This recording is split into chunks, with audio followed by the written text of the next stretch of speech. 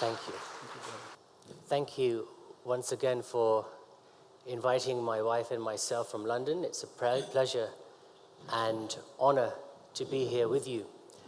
As Raghav said, I was a sadhu, a swami, for 20 years for a very affluent global Hindu organization. I just want to float a thought before I go into my story, into my journey. And that thought is that we're all designed to search. It's in our very nature to keep searching for truth.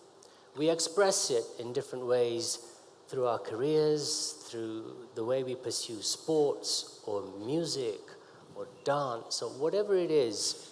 When you look at every human being's creative expression, especially when it comes to the pursuit of excellence, it comes from a deep internal design, and that is that we are always searching for something more. We're searching for a truth. The root word for truth is real. I just want to offer that thought before I start sharing my story. So, my family are from Gujarat, but my parents were born in Kenya. A lot of the Gujaratis in the UK are from East Africa. My parents moved to England in the 60s with nothing. I was born there in London in a typical traditional Hindu family. We had a ghar mandir inside a special designated room. Every morning we would do the arati, then go to school, we come home, we do the arati. We didn't eat meat, and all of the rules and rituals and religious activities were very, very pertinent in our house. But let me just share a little about Gujaratis when they moved to the UK from East Africa. They always wanted a place to belong. So small little pockets of mandirs were set up across London. My family regularly attended a mandir in northwest London. So this was a way of life, going to school in London. My brother and I, my brother is elder to me, we were the only Indians, only colored people in the whole school. So Monday to Friday we were in this atmosphere. On the weekends we would be in the mandir. At home it was a very typical Hindu environment as well. Slowly as I grew up in the West, I was exposed more and more to the mandir by my family. It was traditional. It was the way we did community. We maintained cuisine. We maintained culture that way. When I was 16 years old, I was made the youth head of the mandir in North London. And at that time, in 1988, the guru of the organization had come to London, and I was asked to speak and give a sermon. And for us, the Guru was God. We worshipped him as God. He was the personification of God on earth. There were 3,000 people seated in the audience, and from my school teachers, I knew that I had a gift of speaking. I was told this, and I shared the sermon on various Hindu scriptures, and everybody was really happy. The Guru was ecstatic. I still remember the moment vividly today. After I gave my speech, I went and bowed at his feet, and he said, "You'll become a very good Swami, a very good sadhu if you become a priest. You know, you'd do really, really well." Immediately, I was just elated by this whole idea of serving God, because he was God, going to heaven, having this incredible peace, incredible joy, this whole enlightenment that every human being is designed to search for. I will have all of that. So I was 16 at the time. I finished my A-level exams in London, and by this time I was so fanatic to search and serve God. My brother and I actually ran away from home to India to train in a monastery in Gujarat. The monastery is set on a 250-acre campus. It's a beautiful place. At any given time, there are 150, 200 sadhus training there. very vigorous training, very intense spiritual disciplines. It's a lifestyle of brahmacharya. You don't only have a bank account, you are not allowed to touch money. So every morning we woke up at 4:30, had a cold water bath, ready for the arti. And the whole day was vigorous academic training. We studied the Upanishads, the Ishakena, Katha Prashna, Mundak, Mandukya, Aitreya, the whole Vedas, the Ramayana, the Mahabharata, the Gita. So all the various Hindu scriptures we studied when we were training to become sadhus. And then that particular denomination that I was involved with, those shastras were studied in more depth as well. So the whole day consists of puja, meditation, dhyan, studies, exams, academia, and just this deep, deep sort of constant passion to keep searching for truth. What happened in 1991 was a very, very bizarre situation. This was my first month in training. We were upstairs in the mandir, 150 sadhus. I was in training. We were doing arti. I was bowing down to the idols. And suddenly I heard this very silent whisper in my left ear. And it was very simple. And it said, "Have you made the right decision? Are you in the right place?" Immediately, I literally lost balance. I thought it was Maya, a delusion, the devil trying to stop me from my path. But this voice was so sweet, it was so authentic, so real. I still remember this. I was staring over the balcony, and something just hit me. But the training had started. I had left my family in England on not good terms. Not only that, the whole organization slowly began to know that this young fellow is the chosen one of the Guruji. And Guruji had a lot of affection for me. He picked me out of the audiences. He gave me special treatment. He would tell people while he would be speaking that this boy is destined for great things. He will do wonderful things for the organization. So all these different things were happening in my heart at one go. And this one doubt suddenly came and sat right in the center in my first year of training. But I buried it. You know, sometimes when we have authentic questions given to us, we find a way to bury those questions. I got busy in the training. 5 years passed. In the 6th year, I sat with Guruji personally. And I said to him, you know, I'm doing this dhyan. We are fasting 5 times a month, doing 5 artis in a day. We are studying in depth. We're doing all of this spiritual activity, and I just don't see any change in my heart. Not only that, when I look at your other sadhus who have been sadhus for 30, 40 years, I don't see a difference in their internal life. There is no change inside. And the Guruji at that moment said to me that you ask too many questions. And don't ask too many questions. This is a test of your mind. This is a test of your faith. As you do more, you know, this will come to you. My heart didn't believe him, but my mind chose to. I left the room, and in 1997, the Guruji placed me in London. Now, along with being placed in London, in my journey up until then, I kept on falling ill. While I was in India in the training, I had malaria 5 times. I had brain malaria twice. I was always on antibiotics. Different things kept on happening to my body as I was training. And I was taught in the theology that the body is meant for sickness. It gives you the chance to tolerate and develop your patience. Somehow, that didn't sit here comfortably, but my mind justified it. It sounded intelligent, it sounded philosophical, it sounded very, very smart. So I tend to believe that.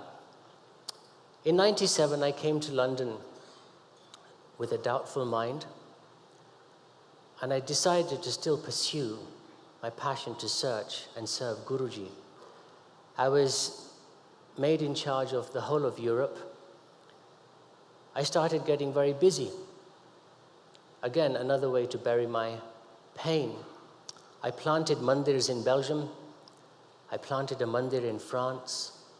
I planted a mandir in Portugal. I planted other centers in Milan, in Rome, in Geneva, Switzerland, in Sweden, in Norway, in Moscow. Slowly, I developed a congregation of 1,600 people across the whole of Europe. I became very famous in the organization. I was one of their most affluent speakers. On the outside, everything was wonderful. I was traveling in business class, in first class. People were bowing at my feet. Before I even get onto the stage, 8,000 people are standing, giving me a standing ovation because I was known to be an eloquent speaker, a very smart speaker, an intelligent speaker. The irony was, when I was speaking and preaching and teaching, I didn't believe any of it myself. I was in Norway once and I was speaking and I told the congregation, please don't record any of my talks. They thought I was being humble. I was actually telling them not to record it because I actually don't believe what I'm preaching. In Orlando, in 2007, I was asked to give the keynote speech at the National Convention. 8,000 people, after my 10 minutes of speaking, stood up and clapping. And they continued clapping for about 1 or 2 minutes. I left the auditorium and I went into my room in the hotel and I took an antidepressant tablet. What people were seeing on the outside was not happening on the inside. It was a very different story inside. So within this organization, I became the public speaker, I became their fundraiser. Any project that we would start, within 1 year, I could raise £1 million. I became their church, their temple mandir planter. I developed congregations, started meeting prime ministers and presidents and ambassadors and key figures of society, all the fancy frills anyone desires and wants. I had all of that. But inside, there was no joy, there was no nourishment, there was no peace. So secretly, I went on my own search. I went back into the Hindu Shastras again, and I started studying other Hindu denominations. I studied the Gita again. I studied the Mahabharata again. 4 times I went into the depths of that scripture to try and get something from it. I went into the Ramayana again. Then I looked at Sri Arvinda. I read his Savitri. I read his Transcendental Mind. That book is this thick. I read his letters. I read Vivekananda's works. All of it was very intelligent. It was really smart. It sounded really good, very philosophical, and very, very, spiritually cool. But nothing was really feeding the inside. So I just continued getting more and more busy. As you do when you're in pain inside, you just stay busy. I was on a plane once a week, spreading the word of Guruji across Europe, America, Africa. I was doing 60 to 90,000 miles every single year. I did a yatra as well in India, 2,000 miles. I started in Gujarat in Mount Girnar at 8 o'clock in the morning, and I climbed the 10,000 steps of Girnar to the ashram of Dattatreya. I sat there for a while and meditated. I went on to Ram Janmabhoomi, Krishna Janmabhoomi. I bathed in the Ganga, the Yamuna, Saraswati. I did a 2,000 mile all the way up to Calcutta, all the pilgrimage sites. I came here to the south. I did pilgrimage sites in Gujarat as well. So in the middle of all of my work, I was doing everything and anything I could to satisfy the deep desire of my search within my soul. And nothing was coming to fruition. So I became more and more sick physically. More and more tablets. And then my journey once took me to Italy. In Rome, I only had a very small congregation. 9 people were based in Rome. I was their sadhu for that jurisdiction, so I went, and they took me once to the Sistine Chapel, the Vatican, and we went through the Vatican museums, and then finally you come to the Sistine Chapel. The Sistine Chapel is where the Pope prays every Saturday. And the ceilings were done by Michelangelo 500 years ago, and the side paintings were done by Botticelli. On one side you have the stories of Jesus Christ, and on the other you have John the Baptist. I was given a special place to sit. It was quite a strange scenario. In my orange robes and my shaven head, I was sitting in the Sistine Chapel. But I remember this vividly. I looked up at the stories of Jesus, and I just remember saying to myself, this all makes sense. I didn't know the stories of Jesus. I didn't know much about his life. I obviously knew because of my schooling certain basic things, but nothing in detail. All I said to myself was, this makes sense. Then I started walking into churches more and more. I found something quite tangible in the atmosphere. Something that was touching something deep inside that I had never recognized or known before. Now, because of my position in the organization, it was very high. People would never question anything I did. When I would walk into churches or meet certain priests or cardinals, people never questioned. I just said, look, I'm studying. I want to know how these Christians, they do management, how they do their administration, how they manage their people. That's all. I was making up these excuses. Slowly in my sermons, I started talking about a bigger God. I didn't know which God. I started sharing about a more beautiful God. A God that doesn't confine himself to an image or a guru or even a building. A God that resides outside of that. Because I saw the beautiful Alps in Switzerland. I saw the Keukenhof Gardens, the Tulip Gardens in Holland. I went to the Grand Canyon in America. I saw all this beautiful land around me, just the natural land. And I thought, if God created all this beautiful, vast land, how can he be confined to a simple image or a guru? He has to be bigger. He has to be better. So I started preaching in my sermons about a bigger God. And strangely, people were attracted to what I had to say. People were traveling for miles, wanting to hear me speak. I didn't know this, but at the very senior level in the organization, the very senior sadhus were quite concerned with my theology, as you can probably understand. But I continued, and I continued my search for truth. I remember sitting in my office in the Mandir in London. I was reading a book by Swami Vivekananda. I was trying to still stay steadfast to what I had chosen to believe. As I was reading the book, I heard a very silent whisper in my voice, and it was very soothing.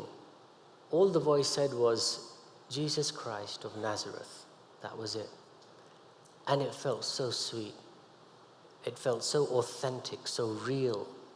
I quickly shook it off because I was in orange robes and I had a shaven head. I was a Hindu sadhu in my monastery, in my office. I suppressed it. I pushed it aside. And I continued my travels. I continued my preaching, my speaking, my meeting famous people, and just filling all these empty boxes with more empty things. By 2010, my body was so sick, I was taking 40 tablets a day, every single day. That's how much manifestation of emptiness from my soul had entered into my body. I was taken to some of the best hospitals in America, in the UK, some of the best doctors, and still nobody could treat me. And then my brother, who is still a sadhu today in New York, he found out about the Mayo Clinic in Jacksonville, Florida. Apparently, after the Mayo Clinic, there is nothing else in the world for medical treatment.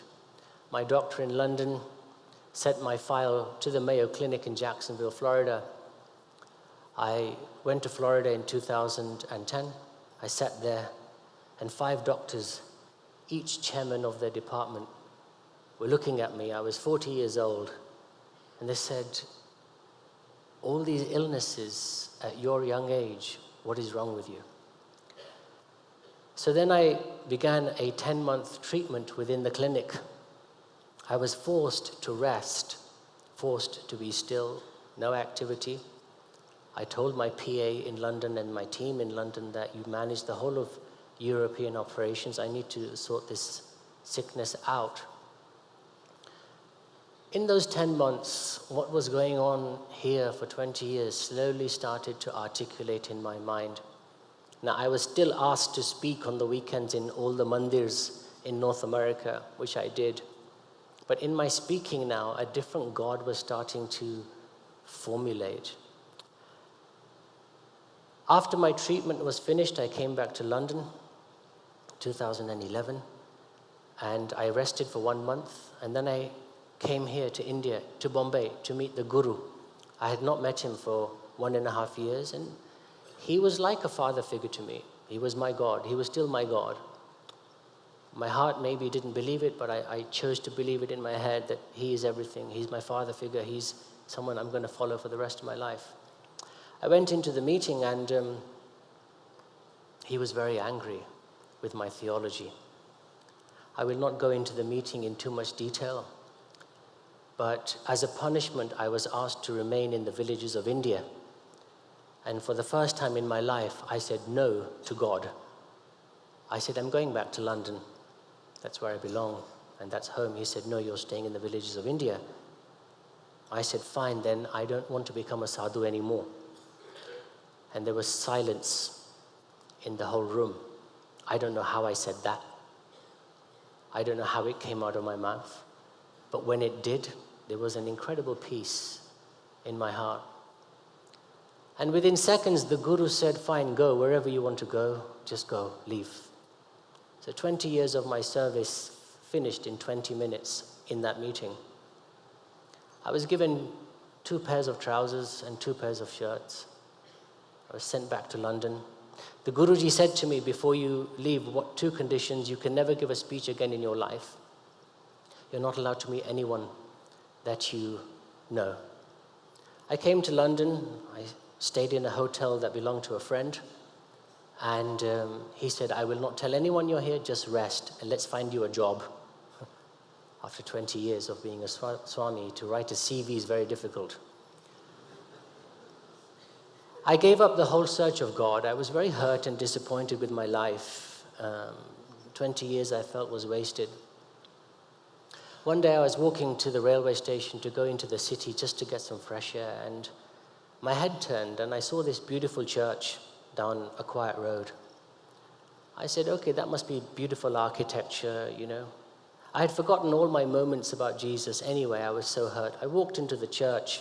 I walked down the road, and the red doors were there. I still remember. I walked inside the church, and the presence of God just fell on me so beautifully.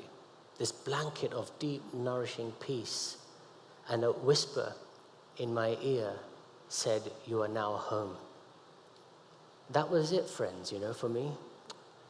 I went inside the service, I sat upstairs, I listened to the sermon, I listened to the worship, and this joy leapt in my heart, in my spirit. I left the church, I didn't go to the city, I went back to the room, and I gave my life to Jesus Christ. There was no theological reasoning, there was no debate, there was no preaching, just the reality that He is alive and He is living. So my time is up here, and I just want to share literally 15 to 30 seconds to tell you why I love Jesus Christ. When I came to the Lord, the first thing I had to do was detox from religion, because Jesus is relational. He loves you as you are. There's nothing you can do in your life that could make him love you more. And there's nothing you've done that could make him love you any less. You are loved. This took me 3 years from here to come here. The sole purpose of my life, God said to me when I gave my life to Jesus, was to be loved. No fancy titles, no speaker, no writer, no fundraiser, no planter of churches. You are a son of God, and you are designed to be loved. And Christianity is not a Western religion. If you read the Bible, its culture is very close to Indian culture. You don't have to leave your culture to follow Jesus. Jesus is relational. He's not religious. He loves you as you are. And you cannot work for his love. This took me 4 years to understand. I was doing pujas and pilgrims and mantras and readings and fastings. You cannot earn the love of God. Any decent father and mother does not require their child to earn their love. The child is loved as they are. So Jesus Christ loves you. He wants to be with you. It's a personal relationship. He designed you uniquely, fearfully, wonderfully, beautifully. So he designed you, and he is speaking to you right now. In the way you are uniquely designed, he is speaking with you. And he wants a personal relationship with you. He doesn't need an institution to speak to you. He can speak to you wherever you are, in your lunchtime, on the street, in the park. And he loves you, and he wants that relationship. And he will free you from the inside, which is what happened in my journey. My heart was healed, my body was healed, and my spirit was healed. And that journey continues beautifully with Jesus. When I came to the Lord, I had no food for 3 days. This was my condition. Nobody wanted to speak with me. I didn't have a place to live. I didn't have any work. Forget any money. There I had everything. Thousands of people bowing at me. First class travel, luxury cars, food everywhere. And yet here in Christ, this joy, that's not laughter, what the world call laughter, this joy of this living God, when you spend time with him, overrides every materialistic idol that we come across in today's world. I didn't think once I should not have left. I was in a dire situation. I didn't know how to write a CV. But the peace, love, and joy of Jesus Christ is so deeply nourishing. I just chased him even more. And I continue to do that today. Thank you very much for hearing my story.